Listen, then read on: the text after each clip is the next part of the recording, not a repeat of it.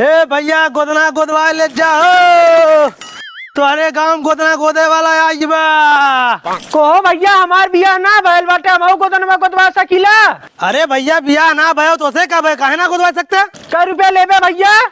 एक अक्षर के 500 रुपया लेब। जाए तो तब हम ना गोदवाई। अरे भैया जिन गोदावा हम जबरदस्ती थोड़ो करत हई। हे भैया हम बहुत बढ़िया गोदना गोदिला, तुम्हारे घरे मगर केहू गोदावे खुद बुला दे गोद दे। क्या रुपया हम गोदत है भैया? भैया एक अक्षर के हम 500 रुपया लेला, लेकिन अगर तू केहू प्यार करत हो बया, जब हम गोदब ओकर नाव अपने मन में ले बया, वो नाव लिखा जाए तो फ्री रही। अब अच्छा गोद दिया। हटे फ्री वाला पहले हम गोदवाई। चाचा जैसे तू प्यार करेला खूब मन से याद करा ओकर नाव। हम खूब मन से याद कर ले। खोली तब? हाँ खोला।